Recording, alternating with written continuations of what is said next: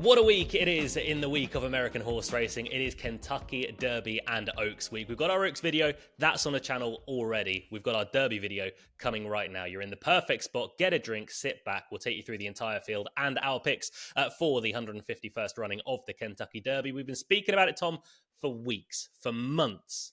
It's finally here.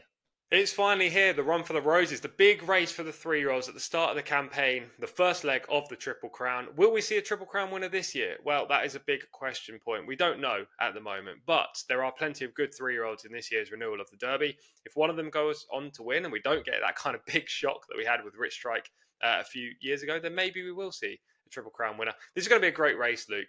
The negative is it is likely to be a wet track, but hopefully Churchill drains quickly and that we can find the winner. I know if we'll have a Triple Crown winner. No. Okay. No, we won't. But we will try and find a Kentucky Derby winner. All the same. If you're new to the Turf and Touchdowns podcast, very welcome. Make yourself at home. We love having you here. If you're not new, I assume you're subscribed already. That's just going to be a thing that, you want to come back, you want to see more of us. We're on the road to 1,000 subscribers. We are over 600 now as we're recording this, 602, which we're delighted about, Tom, but I'm greedy. I want more. I would love for us to get to 650 minimum by the end of this week. Look, we have 3 videos coming out this week and we're going early as well. They should be released on Tuesday evening. The Oaks, the Derby and an NFL podcast that will come later in the week, maybe Thursday or Friday. Hopefully we get lots of views on these pods as they are the biggest races. And if you do enjoy them, please do click subscribe. It's free. It takes you 1 second. It does help us out. And also, we do provide plenty of winners. It's not just subscribing for the sake of it. Over the last few weeks, since the start of 2025, I don't know how many winners we've had combined, but it feels like every week with these horse racing podcasts, with one of us is finding the victor. Yeah, absolutely. And we do it in a multitude of sports as well. If you're an NFL fan, you're in the right spot. We had an NFL draft video where we had 11-2 winner, even money winner or around that. Last week, Tom put up Public Assembly, who was 10-1 when advising, went off 7-1. And Tom had First Mission the week prior to that as well. So plenty of winners on the Turf and Touchdowns podcast. But I feel like this is kind of the litmus test, Tom. This is kind of like in England, we have the Grand National where everyone's texting you, who's going to win the Grand National? Who's going to win the Grand National? I've already had about 4 texts saying, oh, who's going to win the Derby, by the way? And I say to them, go watch the Turf and Touchdowns podcast. Oh, what a reply. To be fair, this podcast will hopefully point you in the right direction. We will talk about a couple of the featured horses, the ones towards the top of the market. We'll open up the floor to talk about some of the others, talk about the pace, and then provide our picks at the end. So stay tuned, 15 to 20 minutes or so, and hopefully we'll get the winner at the end of it. Let's get going. We are bringing you this podcast, by the way, by Iron Horse Stallions. Thank you very much for their sponsorship. They're the home of Bucero, and they've got 2 massive runners as well on Derby weekend. Bucero is the sire of Bookham Dano and also the very exciting Queen Maxima. And over in the UK, recent third place finisher in the 3-year-old all-weather championship final Cyclonite. He's booked for a big season in the UK. Bucero is taking over in America, and hopefully a double for Bucero as well on Derby weekend. Be sure to visit those guys, ihstallions.com. Thank you very much to the guys for being on board. I did ask, by the way, Harlan, who runs Iron Horse, who his Derby pick is. Luxor Cafe. Really? Japanese runner? Yeah, I get it. I totally get it. But yep. I feel like the Americans are embracing him as theirs because he's by American Pharaoh, but not quite. It doesn't work like that. Right, let's do pace in the Kentucky Derby because normally we go stupid fast in front. Just by numbers, reeling them off. 1, 4, 5, 10, 12. Like this is honestly, there's 6, 7 that could go forward, and importantly as well, there's pace also drawn high with Owen Almighty out in stall 20. So no matter where you are, you have got a horse to try and take you into the race. Yeah, exactly. I think we're going to go stupid fast again. As you said, there are lots of horses. I will name check them as well. Citizen Bull from the inside has to go. There is no other option there. Rodriguez, Baffert wants him on the front as well. Neo Equus draws inside, has to push forward to have any chance. So does American Promise in 5. East Avenue, speed of the speed maybe. Cole Battle is always up there with the pace. Owen Almighty, as you say, in 20 has no other choice other than sitting a wide trip, and he won't want to do that. So there are just so many speed horses. If you were pressed to ask me who's actually going to be on the front in this race, I would say Rodriguez, East Avenue, Owen Almighty, 3 across the track. But it could be any of the other horses I've mentioned there. They're all going to push forward. They're going to go very hard through the half. And it's going to set up for the Stalker or the Closer, providing the track is fair with all the rain that we're expecting this week. I saw a lot of US journalists, by the way, say that they're not sure whether the pace is going to be fast. What are they looking at? I mean, it's a Kentucky Derby. Me and you could run in the race, and we'd still set a strong pace. Like, I mean, it was only a few years ago. I think Mikel Barcelona rode in it, and it was like 44 or high 44s. I mean, they go crazy fast in the contest. Fierceness last year. We were saying all season that Fierceness was probably the best horse in the race, but he's not a Kentucky Derby horse because he has to go forward, and he wasn't going to get his own way. Again, they went very, very hard last year. They're going to do the same again this year. However, that does set the race up for quite a few horses, including the morning line favourite in the form of Journalism, who, when the draw came out the other day, Tom, if you were placing your horse in a draw, stall 8 is about as perfect as you're going to get. It is literally the prime draw, so Connections would have been overly happy with that. He's done little to nothing wrong so far in his career. He is probably the horse to beat. The draw is great. The jockey is very good, albeit mainly on turf, but he's good on dirt as well. Connections have been hyping this horse up, and he's 4 from 5, and the only defeat came on debut when he was still a little bit raw and inexperienced. There isn't much to not like in this contest with Journalism. I have 2 potential stumbling blocks. One, I don't love his price. I think he's very short considering it says Kentucky Derby, 20 runners. Anything can happen. You can take bumps from the start, as we saw with Just a Touch last year. He took a bad bump in the early stages, eventually finished last, I think, 20th of 20, and has subsequently come out this season and proved that he is top class. So it's never easy to get everything go your way, and albeit he's found a great draw, I still don't think he's going to get an ideal trip. That being said, he will get the right pace set up top. His West Coast form is good, but who has he actually beaten is my question here. Now, anyone watching this, especially US people, will probably thinking, well, he's beaten Bob Baffert's best. He's beaten Rodriguez. He's beaten Barnes. He's beaten Baeza. By the way, the hype about Baeza is just ludicrous. He has a chance if he gets in. Let's stop that right now. He's not in at the moment. Let's stop it. Like, I get that you want to build it up, but no, none. What are we doing with that hype? It's all over social. Baeza's a big player if he gets in. He's just been beaten in a trial, and prior to that, his form wasn't even strong. He's not even in the race at the moment. He's number 21, also eligible. So even if he gets in, that's great because the price on everything else will be slightly bigger. Anyway, I don't think Journalism's actually beaten all that much. Barnes this year hasn't progressed as anticipated. Baeza's okay. I don't think he's great. Rodriguez obviously good, but he wasn't ridden to win that race against Journalism. So I don't know. I think he's one of the horses to beat. He's going to be running late. I can't bet him at the price. I completely agree. I don't love Californian form either, shipping over to Kentucky, especially when you get into a Kentucky Derby. Quiz time. Since 2012, 3 Santa Anita Derby winners have won the Kentucky Derby. Can you name 3 of them? Authentic? No. Bad start. It's a bad start. Medina Spirit, does that count? No. Oh, this is bad. I'm pulling up stumps. I'm basically just naming Bob Baffert's horses. I mean, yeah, you missed out Justify.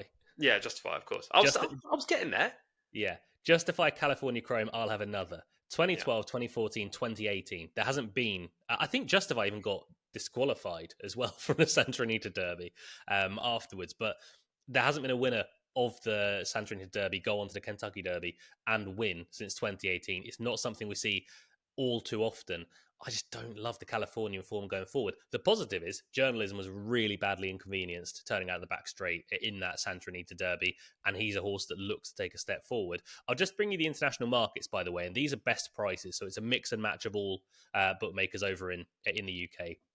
Journalism's 3-1. Sovereignty is 7-1, albeit that is going quick. Luxor Cafe is 10-1. Sandman 10-1. Burnham Square 12s. Baeza is 25-1. Rodriguez is actually 16-1. Bigger prices the remainder. We'll move on to Sovereignty. Look, regular viewers of the Turf and Touchdowns podcast, Tom, will know that you've been on Sovereignty for a long time. I've been on Sovereignty since Gulfstream Park when he won the Fountain of Youth. He just looks a tailor-made Kentucky Derby horse. I know people say, well, he's not fast enough early on. I don't really buy into that. I thought he showed quite a bit of early speed last time around and sat in the right position. He just couldn't reel in a horse who managed to get first run on him. Going 2 turns around Churchill Downs, is that not perfect? Yeah, I feel like I've repeated this so much over the last 6 months, ever since I actually tipped the horse. But I love Sovereignty in this race. Everything about him is perfect for this contest. He's got off track. Well, no, he doesn't have off track form, but he's got off track pedigree. So if he does get testing or sloppy, muddy, whatever underfoot, I think it's fine. He's got track form from the street sense last year, and that day, despite being a 2-year-old and obviously needing to prove plenty, and actually went into that grade 3 as a maiden still. He proved that he handles the track and he proved that he likes kickback or can take kickback, and that is two massive positives when it comes to the Derby. This year, he's just strengthened my opinion that I think he's ideally suited by this. The Fountain of Youth was a great victory. He was only 85% fit. He still managed to run down a very good horse. And then last time, we said in the podcast leading up to that race, and we said on Sky Sports Racing as well, the race wasn't going to pan out perfectly for him. It's just Florida Derby is just not the race for him. I thought he ran great. That track is too sharp for him, really. He needs a longer straight, more time to get into top gear because he's not an instant quickener. But he has more than enough potential and ability to go very well in this race. And actually, I think the Florida Derby was a perfect prep. He's going to be 100% for this. I don't really know what else to say. I'm just very much in his camp. I love the pace setup. I think he's very much quick enough in the early part of the race. And to be honest, you don't even need to be quick. Where did Rich Strike come from? Last. Sierra Leone, virtually last. Forever Young last year, virtually last. Those two horses made up big ground from the middle part of the race all the way through the home straight. And it could be the case with Sovereignty that he does exactly the same. The only slight negative I have is still 17, or 18, sorry. 18, yeah. It's not necessarily from a stall perspective because I like the fact he's drawn wide as a closer. It means he's going to sit towards the back of the pack, but also on the outside, which gives him a cleaner trip.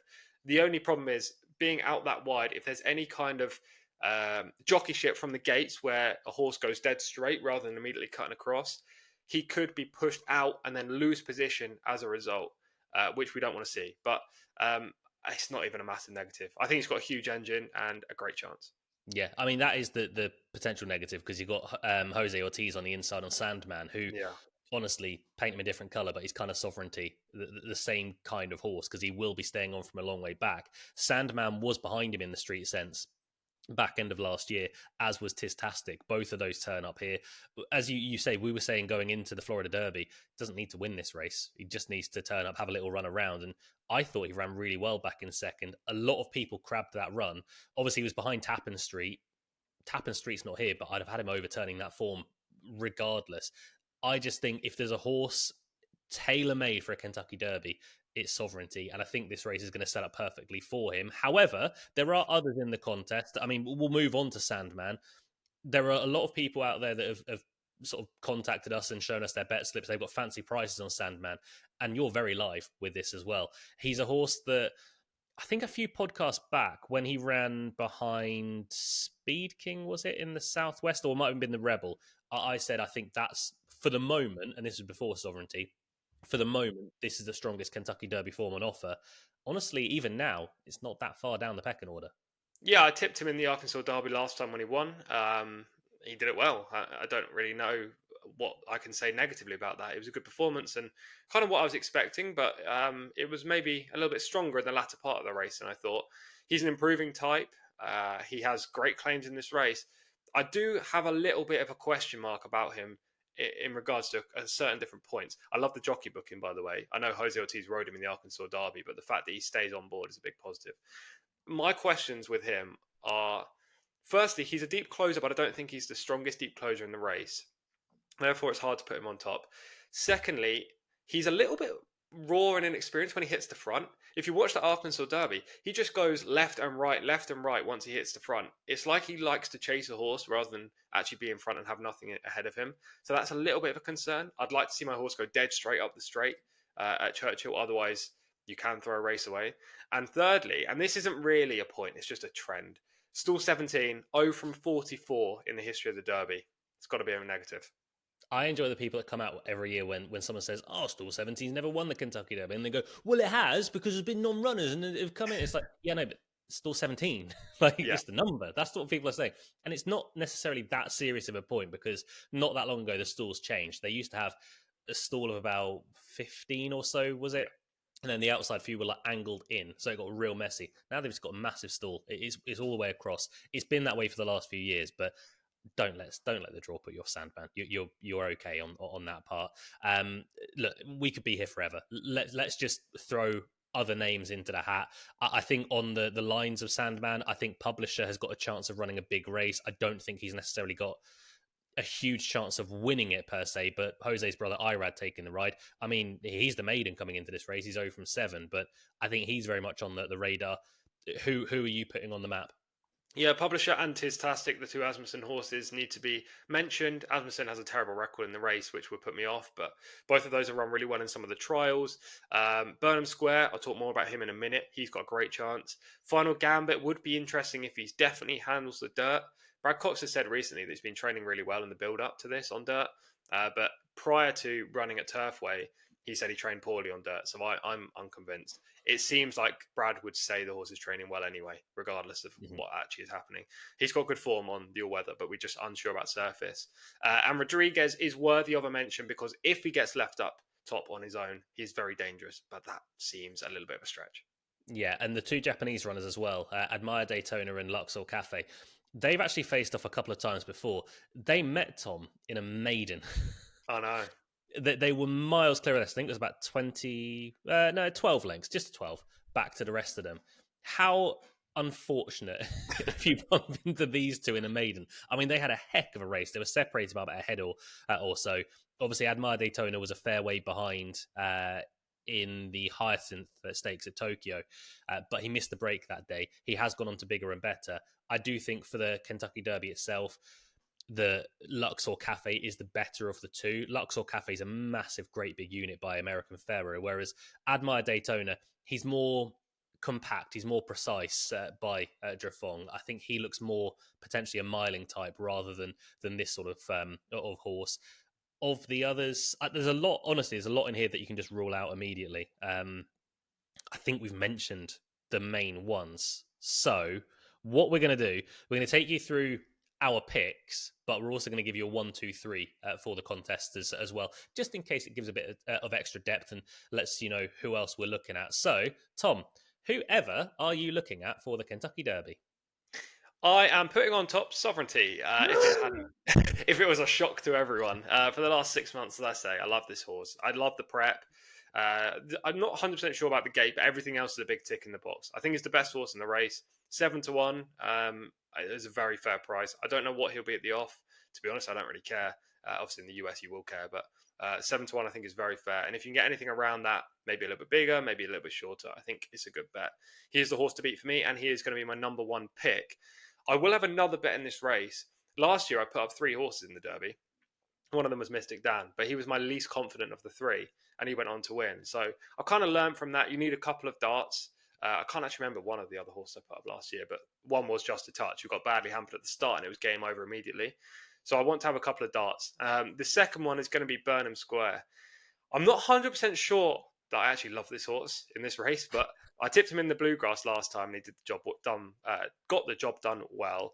I thought his finishing kick was good and means the extra distance will be no problem. He has been working as good as anything from what I've seen in the mornings, and I love these connections. Obviously, Brian Hernandez Jr. won this race last year. He knows how to win a Derby. Hopefully, he can save some ground from gate 9, the perfect stall. He can get to the rail or close to the rail, save some ground, and Burnham Square will unleash a kick late. Don't know whether he's good enough to beat Sovereignty. Probably not, based on the form in the Fountain of Youth. But I think he'll run close, and he's about 12-1. So they're my 1, 2. Do you want me to give the 3 now or wait? No, go do the 3. Okay, in third, I would have Journalism just because he is arguably the horse to beat. He's got the right running style, and he'll pass the tiring front runners late in the race. I'm not betting him, but I think he'll be in the top 4, so I'll put him as number 3. Yeah, I think honestly at the prices is a horse that you can't really bet anymore. Journalism. If you've got prices, well done. Then good job. You're sitting on a nice bet going into the Derby. But I'm also with Sovereignty. We've been on the case for a while. If you haven't taken sort of 7-1 by now, I mean, we've been beating the drum for a long time. Hopefully, if you're watching and you're a regular viewer, you've got a bigger price with regards to Sovereignty, because on the podcast itself, we've been talking him down from about 25-1 down to the price that he is currently. I think he's going to go very, very close in a Derby, regardless of what the weather does. The trip should be absolutely fine. I think he's a very, very good horse. He's tailor-made for this. And that's kind of the reason why I said I don't think we'll get a Triple Crown winner, because I don't think he'd win a Preakness. He'd win a Belmont for sure, but I don't necessarily think he'd win a Preakness. This race, however, ticks every single box. In second, I'm going to go for one of the Japanese runners. I'm going to go for Luxor Cafe. He has looked very good recently. I think he's getting better and better. He's looked real nice on track as well. For all they haven't asked him anything too serious over at Churchill. Even on track, he's been relaxed. He's been taking everything in. I think he's looked an absolute picture. I'll take Luxor Cafe back in second to add to the Japanese frustration in the Kentucky Derby. And I'm going to put Sandman in third. I think he's a closer who can very much get competitive, but I think he's the sort of horse that in this race, I think you'll run well, but I don't necessarily think you'll win. Again, he's not a massive price anymore. Those prices are long gone, but we've been on Sandman for a little while, not necessarily for this race, but as a top class 3-year-old, I think he can make it into third. I'm hoping for a total pace meltdown and for the closer to come in. If you were stretching to 4, I do think Publisher at a ridiculous price has got a big chance as well. But again, I think it's one of the ones you're giving away half your bet because I'm not necessarily sure Publisher can win. However, Tom, the weight and the beating of the drum for Sovereignty is almost over. Imagine if he wins. The scenes in the podcast next week will be fantastic. I'll have to don some sort of Godolphin attire probably. But yeah, I'm really looking forward to this race. Hopefully the anti-post bet can land. I have had a little bit more on, by the way, 8-1, just because you ask me that every time we talk about him. Obviously the main bet is at 33, so we're happy. But I've had a little bit more at 8-1, and I'm hoping that he can get the job done. I want to give a quick word, by the way, to Luxor Cafe, because I actually haven't said anything about him, and you've put him up there a second. I think he's very interesting. I don't know enough about Japanese form to really be over sure that he's going to go close. But what I will say is, from what I've seen, he looks good. He has a good draw.